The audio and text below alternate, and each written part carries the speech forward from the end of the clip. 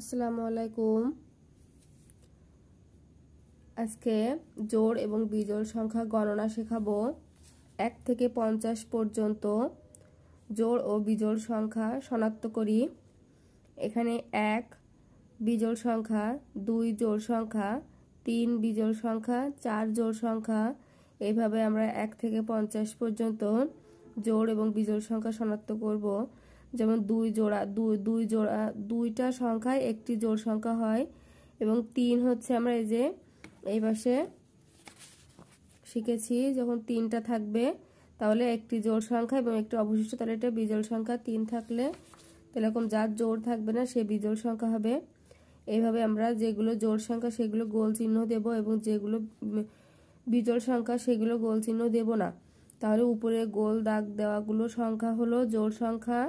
আমরা এইভাবে জোড় সংখ্যাগুলো এক ঘর রেখে জোড় সংখ্যা গণনা করেছি। তাহলে তো গোল না দেওয়া সংখ্যাগুলো বিজোড় সংখ্যা হবে।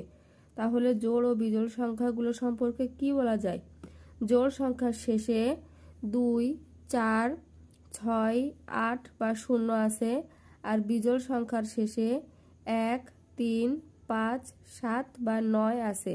এইভাবে জোড় এবং বিজোড় সংখ্যা গণনা করা যায়। দেখো এখানে 2 এবং প্রত্যেকটা জোড় সংখ্যার শেষে 2 আছে এবং প্রত্যেকটা জোড় সংখ্যার পিছনে 4 আছে, 6 আছে। তাহলে যদি আমরা 2 থেকে 8 পর্যন্ত জোড় সংখ্যাগুলো মনে রাখতে পারি তাহলে যে যে সংখ্যার পিছনে 8 থাকবে আমরা সেইগুলো জোড় হিসেবে সহজে চিহ্নিত করতে পারবো। যেমন এখানে 1 থেকে 50 এর ভিতরে কয়টি পিছনে 8 সংখ্যা রয়েছে কয়টি আমরা দেখব। 8, এখানে 18, এখানে 28, এখানে 38, এখানে 48।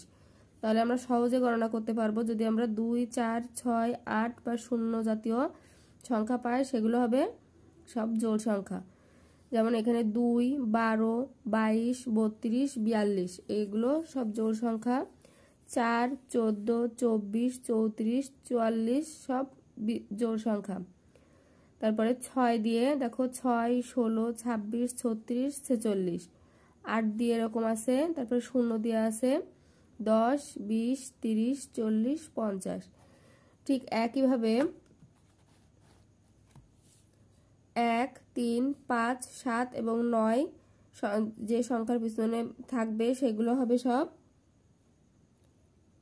বিজোড় সংখ্যা। যেমন 1 দিয়ে আছে 1, 11, 21, 31, 41।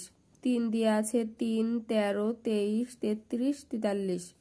5 দিয়ে আছে 5, 15, 25, 35, 45। 7 দিয়ে আছে 7, 17, 27, 37, 47। 9 দিয়ে 9, 19, 29, 39, 49। এইভাবে পিছনের সংখ্যাগুলো গণনা করে আমরা যোগ বিয়োগ সমাধান করতে পারবো। ধন্যবাদ।